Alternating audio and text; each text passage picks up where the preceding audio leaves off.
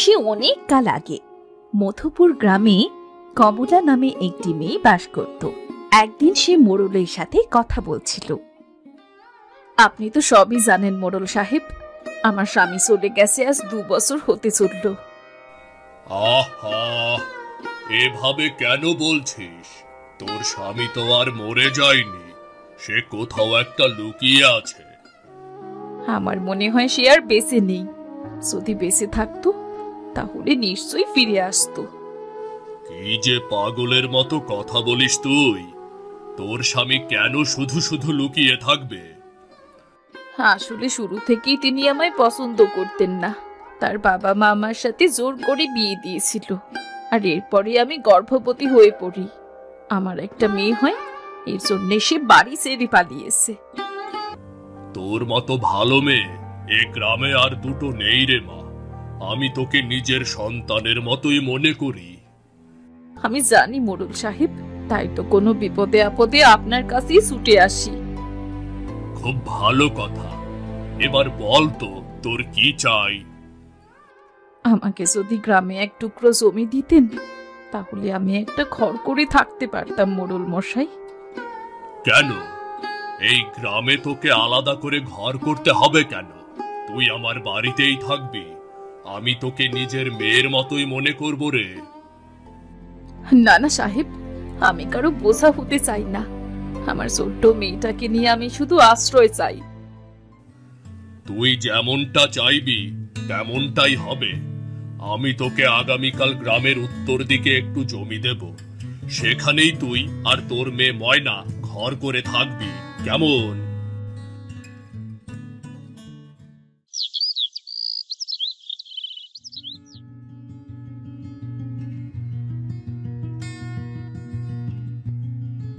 মা, ও মা, কোথায় গেলি গো মা? দেখো তোমার জন্য আমি কি এনেছি। এতক্ষণে বাড়ি ফেরার সময় হয়েছে? সেই সকাল বেলা বেরিয়েছিস আর এখন ফিরলি? আমি তো তোমার জন্যই লাকড়ি আনতে গিয়েছিলাম মা। লাকড়ি না আনলে তুমি তো রান্না চাপাতে পারবে না। ফের আবার মিথ্যে কথা বলছিস। দেখি তোর হাতের পেছনে এটা কি লুকিয়ে রেখেছিস। এটা এটা একটা হাঁসের বাচ্চা মা। এই হাঁসের বাচ্চাটা আমি এনেছি বাবার জন্য। তোর বাবা তো আমাদের রেখে কবে চলে গেছে। এই হাঁসের বাচ্চা দিয়ে এখন কি করবি রে মা? বাবা চলে যায়নি মা, বাবা আবার ফিরে আসবে। দেখবে আমরা 3 জন মিলে আবার সুখে শান্তিতে সংসার করব। আর বাবা তো হাঁসের মাংস খেতে খুব পছন্দ করে। বাবা এলে তুমি এটা রান্না করো মা। পাগলি মেয়ে আমার, তোর বাবা কোথায় চলে গেছে কে জানে। আর তুই কিনা হাঁস পালছিস তাকে খাওয়াবি বলে। সবার বাবা তার সাথে থাকে মা, শুধু আমার বাবাই আমাকে ফেলে চলে গেছে। মন খারাপ করিস না মা, যা তোর হাঁসের বাচ্চাটাকে একটা ছোট্ট ঘর বানিয়ে দে, সে যেন সেখানেই থাকতে পারে। আচ্ছা মা, তুমি সকালবেলা মোড়লের বাড়ি গিয়েছিলে? মোড়ল কি আমাদের একটু জায়গা দেবে মা? মোড়ল বলেছে আমাদের একটা জায়গা দেবে, যেখানে আমরা সুন্দর একটা বাড়ি বানাবো আর মা মেয়ে মিলে সুখে শান্তিতে থাকবো। কি মজা, কি মজা, খুব ভালো হয়েছে। আমি হাত মুখ ধুয়ে আসছি।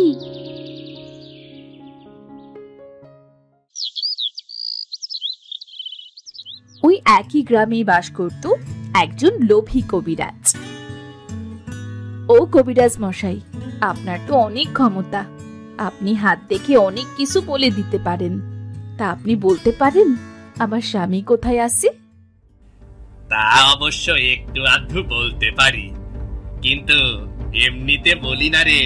আমি টাকা নেই। তুই যদি আমাকে ভালো অঙ্কের টাকা দিতে পারিস, তুই যা বলবি আমি তাই করব রে। টাকা নিয়ে আপনি কোনো চিন্তা করবেন না কবিরাজ মশাই, শুধু এইটুকু বলুন আমার স্বামী কোথায় আরো কেমন আছে। আচ্ছা আচ্ছা, এই ব্যাপার। এটা বলার জন্য আমার একটু সময় লাগবে না? দেখি দেখি, তোর বাম হাত আমার কাছে দে তো, দে দেখি। এই তো, আমি স্পষ্ট দেখতে পাচ্ছি তোর স্বামী একটা ঘন জঙ্গলে লুকিয়ে আছে। আপনি কি আপনার ক্ষমতা ব্যবহার করে একটা উপায় বলে দিতে পারেন যাতে আমার স্বামী আমার সাথে কথা বলে? আচ্ছা, যে লোক তোকে আর তোর মেয়েকে ফেলে চলে গেল, তুই তাকে এত ভালোবাসিস কেন বলতো? আমরা মেয়ে মানুষ কবিরাজ মশাই, আমাদের জীবনে স্বামী সবকিছু, আর তাই তো এত কিছুর পরেও স্বামীর কথাই ভাবি। কাল সকালে 1000 টাকা নিয়ে আসবি, আমি তোর স্বামীর সাথে তোর কথা বলিয়ে দেব। 1000 টাকা? এত টাকা আমি কোথায় পাবো কবিরাজ মশাই? আপনি তো জানেন আমি একদমই গরিব মানুষ। এখন আর সময় নষ্ট করিস না, আমার হাতে অনেক কাজ। যা যা যা।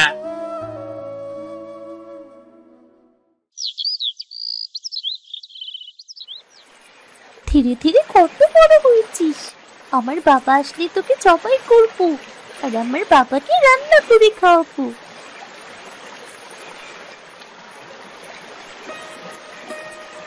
এই ভর দুপুর বেলা হাঁসের বাচ্চা নিয়ে কি করছিস সেখানে বলতো? আমি তো কিছুই করছি না, শুধু আমার হাঁসের বাচ্চাটাকে গোসল করাচ্ছিলাম।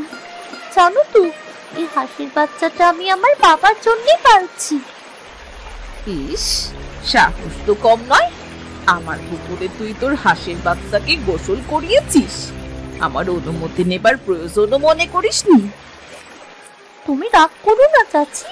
জানো চাচি, আমার হাঁসটা কিন্তু কোনো সাধারণ হাঁস নয়, সে তো একটা লক্ষ্মী হাঁস।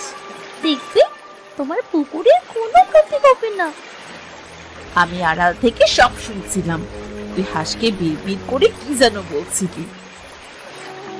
আমি হাঁসটাকে বলছিলাম আমার বাবা এলে এই হাঁসটা জবাই করে আলু দিয়ে রান্না করে খাওয়াবো। তোর কথা শুনে আমার হাসি পাচ্ছে। তুই একটা বোকা মেয়ে, তোর বাবা কখনোই ফিরে আসবে না। এসব কথা বলো না চাচি, আমার বাবা নিশ্চয়ই ফিরে আসবে। আমি আমার বাবার জন্যই অপেক্ষা করছি। দেখি, তোর বাবা কোথাও গিয়ে নিশ্চয়ই ঘর সংসার করছে। যাই বাবা, এসব বলে আমার কোনো কাজ নেই। আমি বরং আমার নিজের কাজ করতে চাই।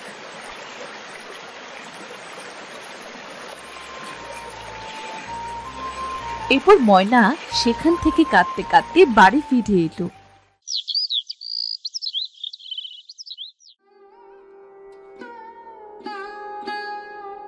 কিরে মা, কি হয়েছে তোর? মন খারাপ করে বাড়ি ফিরলিছে? ওমা, তোর চোখে দেখি পানি। মা, ও মা, একটা সত্যি কথা বলো তো, বাবা নাকি আর কখনো ফিরে আসবে না? কে বলেছে ফিরবে না? আমি তো কবিরাজ মশাইয়ের কাছ থেকে জেনে আসবো তোর বাবা কোথায় আছে। কিন্তু কবিরাজ মশাই তো এগুলো বলার জন্য অনেক টাকা নেবে মা। এতগুলো টাকা, তুমি এতগুলো টাকা কোথায় পাবে? আমার একজোড়া হাতে সোনার চুড়ি আছে, এগুলো বিক্রি করে কবিরাজ কাকাকে টাকা দিয়ে দেব। ওমা, সবকিছুই তো বিক্রি করে ফেলেছো, এই পালা চোরাই তো তোমার সম্বল। যদি এগুলো বিক্রি করে দাও তাহলে তো তুমি অনেক কষ্ট পাবে মা। তোর বাবা কোথায় আছে সেটা জানাও তো খুব প্রয়োজন। আমার হাতে চুড়ি এখন আর কোনো ব্যাপার না রে মা, আমি শুধু আমার স্বামীকে ফিরে পেতে চাই। তাহলে তুমি কি জেনে এসো, আমি বরং ঘরের কাজকর্মগুলো শেষ করে রাখি।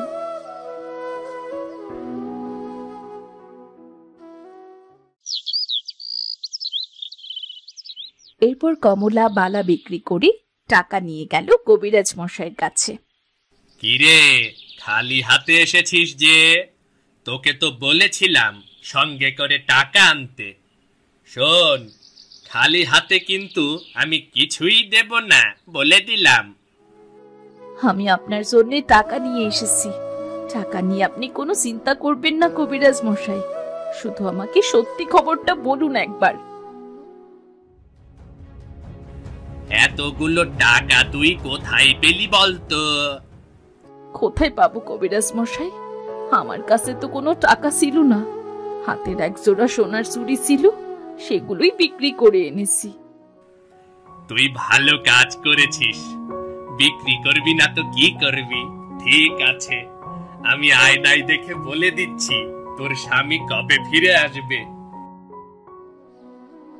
একটু তাড়াতাড়ি দেখুন না কবিরাজ মশাই, আমার তো আর তর সইছে না।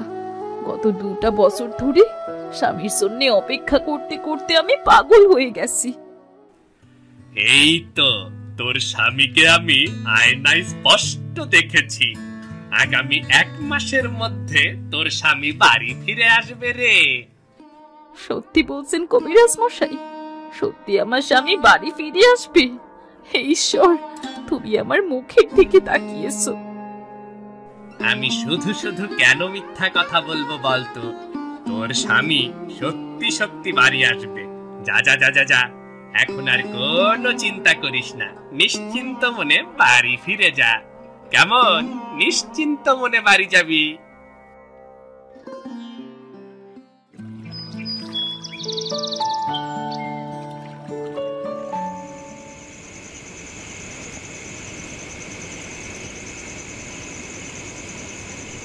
মা, ও মা, তোমার ফিরতে এত দেরি হলো যে, আর তুমি কাঁদছো কেন মা? তোর বাবা ফিরে আসবে, কবিরাজ মশাই তাই বলেছে। সত্যি আমাদের বাবা ফিরে আসবে?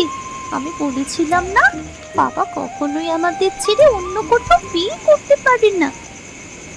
আমাদের আর কোনো কষ্ট থাকবে না, কোনো অভাব থাকবে না। এবার আমরা দুবেলা পেট ভরে খেতে পারবো। আর শোনো মা, এই হাঁসটা তুমি খুব ভালো করে রান্না করবে। বাবা হাঁসের মাংস খেতে খুব পছন্দ করে। হ্যাঁ রে পাগলি মেয়ে আমার, ঠিক আছে, এই হাঁস আমি আলু দিয়ে ঝোল করে রান্না করব। মা, ও মা, আমাদের আসল কাজটাই তো করা বাকি রয়ে গেছে। কি কাজ? ও আচ্ছা, বুঝতে পেরেছি, নিশ্চয়ই ঘর বাঁধার কথা বলছিস, তাই না? হ্যাঁ মা, মোড়ল মশাই আমাদের যে ছোট্ট জায়গা দিয়েছে, সেখানে আমরা ছোট্ট করে একটা ঘর করব, আর সেখানে তুমি, আমি আর বাবা থাকবো। ঠিক বলেছিস, হাতে তো একদম সময় নেই, মাত্র কয়েক মাস সময় আছে। এর মধ্যে আমাদের সব কাজ শেষ করতে হবে।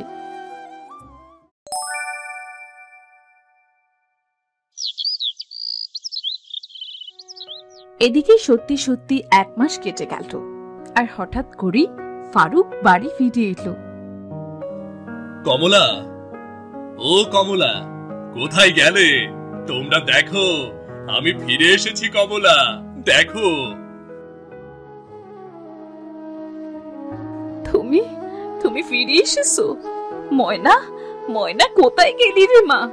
দেখ দেখ, তোর বাবা ফিরে এসেছে। বাবা, ও বাবা, কোথায় ছিলে তুমি এতদিন? আমরা তোমাকে পাগলের মতো এখানে সেখানে কত খুঁজে বেরিয়েছি। কি আর করব বল মা, একটা কাজে গিয়ে আটকে পড়েছিলাম, এরপর আসতে পারিনি। তোদের সাথে যোগাযোগও করতে পারিনি রে মা। গ্রামের মানুষ কি বলাবলি করছিল জানো বাবা? সবাই বলছিল তুমি নাকি অন্য কোথাও গিয়ে বিয়ে করেছো, আর তাই নাকি কখনোই আসবে না। কি যে পাগলের মতো কথা বলিস তুই!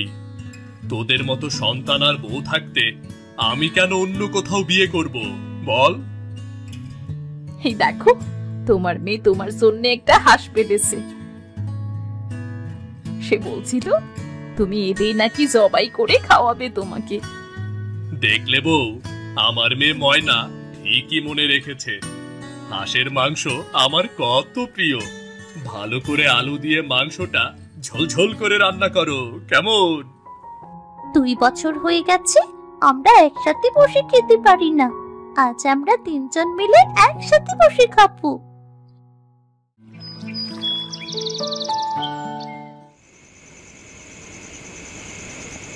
রাতের বেলা সবাই একসাথে খেতে বসেছে। সত্যি হাঁসের মাংসের ঝোলটা খুব স্বাদ হয়েছে। এত মজার খাবার 2 বছর আমি খাইনি। তুমি কোথায় কাজ করেছো? আমাদের তো কিছুই বললে না। এতদিন কোথায় ছিলে? আমরা তোমার জন্য চিন্তায় তো অস্থির হয়ে গিয়েছিলাম। আরে বাবা, তোমরা চিনবে না, সে অনেক দূরের পথ। ঘন জঙ্গলের মধ্যে আমি কাজ করতাম, আর ওখানে একটা জায়গায় আটকে পড়েছিলাম। ও বাবা, তুমি আমাদের ফেলে রেখে আর কোনোদিন যাবে না তো? আমি কিন্তু তোমাকে আর কোথাও যেতে দেব না।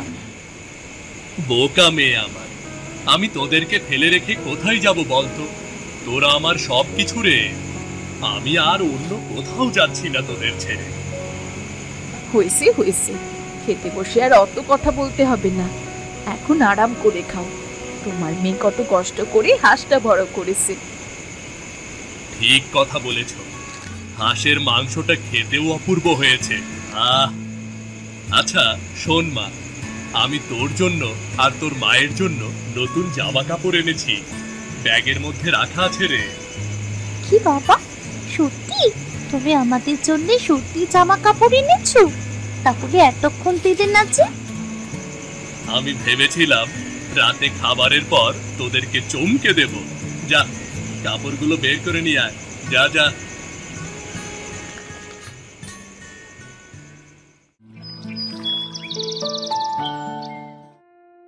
এরপর ময়না আর কমলা খুব সুখে শান্তিতে বসবাস করছিল। কি রে মা, এই সাত সকালে কোথায় যাচ্ছিস তুই? আজকাল তো তোকে দেখাই যায় না। আমি একটু বাজারে যাচ্ছিলাম। আমার স্বামী অনেক দিন পর ফিরে এসেছে, তার জন্য একটু ভালো মন্দ রান্না করব। ভালোই হলো, তোর স্বামী শেষ পর্যন্ত ফিরে এলো। এখন আর কোনো চিন্তা নেই। কিন্তু এতদিন সে কোথায় ছিল বলতো? আমার মনে হয় ও তোর সাথে মিথ্যা কথা বলছে রে। না না, আমার স্বামী জঙ্গলে আটকা পড়েছিল, আর তাই তো 2 বছর সেখানেই ছিল। কি বলছিস তুই? 2 বছর কেউ জঙ্গলে আটকে থাকে? না না না না না, এখানে একটা রহস্যের গন্ধ পাচ্ছি আমি। আপনি আমার স্বামীকে ভুল বুঝছেন মোড়ল মশাই। ওর সাথে আমি 15 বছর ঘর করেছি। ও এমন মানুষই নয়। যাক, তুই যদি তোর স্বামীর সাথে সুখে থাকিস তাহলে আমাদের তো কিছু বলার নেই, কিন্তু একটু সাবধানে থাকিস, কোনো বিপদ আপদ যেন না হয়। আমাকে নিয়ে আপনি শুধু শুধু চিন্তা করবেন না মোড়ল মশাই। আমি আমার আর আমার পরিবারের খেয়াল রাখবো।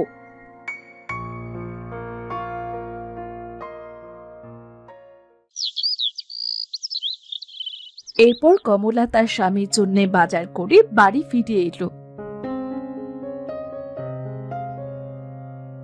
কি ব্যাপার, এতক্ষণ তুমি কোথায় ছিলে? আমি আর ময়না তোমার জন্য অপেক্ষা করছি। একটু বাজারে গিয়েছিলাম, তোমার জন্য একটা ইলিশ মাছ কিনে আনলাম। তুমি এতদিন পর বাড়ি ফিরে এসেছো, তোমাকে একটু ভালো মন্দ না খাওয়ালে চলে? এমন একটা ব্যবহার করছো, মনে হচ্ছে আমি এ বাড়ির মেহমান। তবে হ্যাঁ, এটা সত্যি, এ তো আমার নিজের বাড়ি নয়। এই জমিটা আমার নামে, এইটা সত্যি কথা। মোড়ল মশাই দিয়েছিল আমাকে, আর এই বাড়িটাও করেছি আমি। কিন্তু জমি দেবার সময় মোড়ল মশাই বলেছিল এই জমি যেন আমি অন্য কাউকে লিখে না দিই। এটাই তো সত্যি কথা, এটা তোমার বাড়ি, আমার বাড়ি নয়। এর জন্যই তো তুমি আমার সাথে এরকম মেহমান মেহমান আচরণ করছো। তুমি রেগে যাচ্ছ কেন বলো তো? তোমার বাড়ি আর আমার বাড়ির মধ্যে পার্থক্য কি? আমরা তো স্বামী স্ত্রী। বাবা, ও বাবা, তুমি রাগ করো না তো। তোমাকে মজা করে একটা কথা বলেছি। এই বাড়িটা তুমি আমার নামে লিখে দাও, এই জমিটাও তুমি আমাকে দিয়ে দাও। এই জমিটা তোমার নামে লিখে দিতে আমার কোনো সমস্যা নেই, তবে মোড়ল মশাই রেগে যেতে পারে। ওমা, বাবা যখন জমি তার নামে করতে চাইছে, তুমি বরং বাবার নামেই লিখে দাও, তাহলে খুব ভালো হবে। আচ্ছা ঠিক আছে, স্বামীর নামেই লিখে দেব, কোনো অসুবিধা নেই।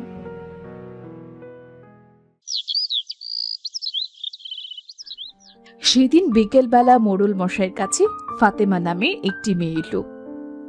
আসসালামু আলাইকুম, আমার নাম ফাতেমা, আমি পাশের গ্রামেই থাকি। ওয়ালাইকুম আসসালাম, আমার কাছে কেন এসেছো মা?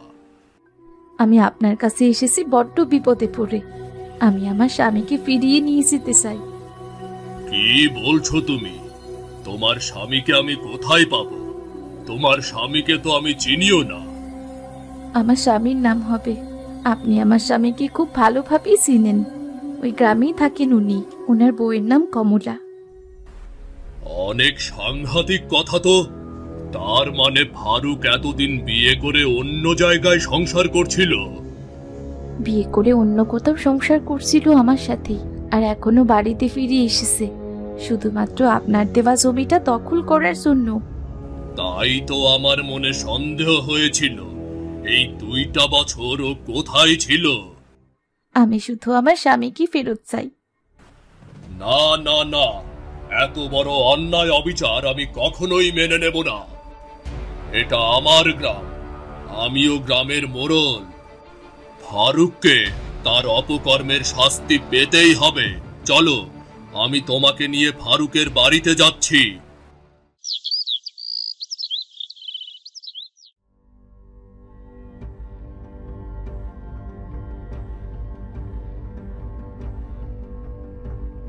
ফারুক, আয় ফারুক, কোথায় গেলি রে হারামজাদা? বের হয়ে আয় বলছি, বের হয়ে আয়। এই সাত সকালে আপনি আমার বাড়িতে? কি হয়েছে আপনার? কি হয়েছে? কিছুই তো হয়নি, সবকিছু এখন হবে। তুমি আমাকে ঠকিয়েছো, সাথে সাথে তোমার বড় বউ আর তার মেয়েকেও ঠকিয়েছো। কি ব্যাপার? ওকে আর এখানে কেন এসেছে? আমি আপনার স্বামীর দ্বিতীয় স্ত্রী। সে আপনার থেকে আমাকে বিয়ে করেছে, এতদিন আমার সাথেই সংসার করছিল, আর এখন ফিরেছে আপনার জমিটা দখল করবে বলে। সি সি সি সি সি, সামান্য একটা জমির জন্য তুমি এত নিচে নামতে পারলে? আমি কখনো ভাবতে পারিনি তুমি আমার সাথে এমন করতে পারলে। বিশ্বাস করো, আমি ওই মেয়েকে চিনিও না। ও ও ও সব মিথ্যা বলছে, সবই মিথ্যা বলছে। সত্যি মিথ্যা যাচাই তো পুলিশ করবে। তোর মতো প্রতারককে আমি নিশ্চয়ই পুলিশে দেব। তুই এ গ্রামের সম্মান নষ্ট করেছিস, 2টো মেয়েকে ঠকিয়েছিস। এর শাস্তি তো তোকে পেতেই হবে, পেতেই হবে তোকে। ক্ষমা করে দিন মোড়ল সাহেব, সত্যি আমার অনেক ভুল হয়ে গেছে মোড়ল সাহেব, আমার অনেক ভুল হয়ে গেছে। কমলা, ও কমলা, ফাতেমা, তোমরা দুজন আমাকে ক্ষমা করে দাও, ক্ষমা করে দাও আমাকে তোমরা। তোর মতো অপরাধীর কখনোই ক্ষমা হতে পারে না। তুই অনেকগুলো জীবন নষ্ট করেছিস।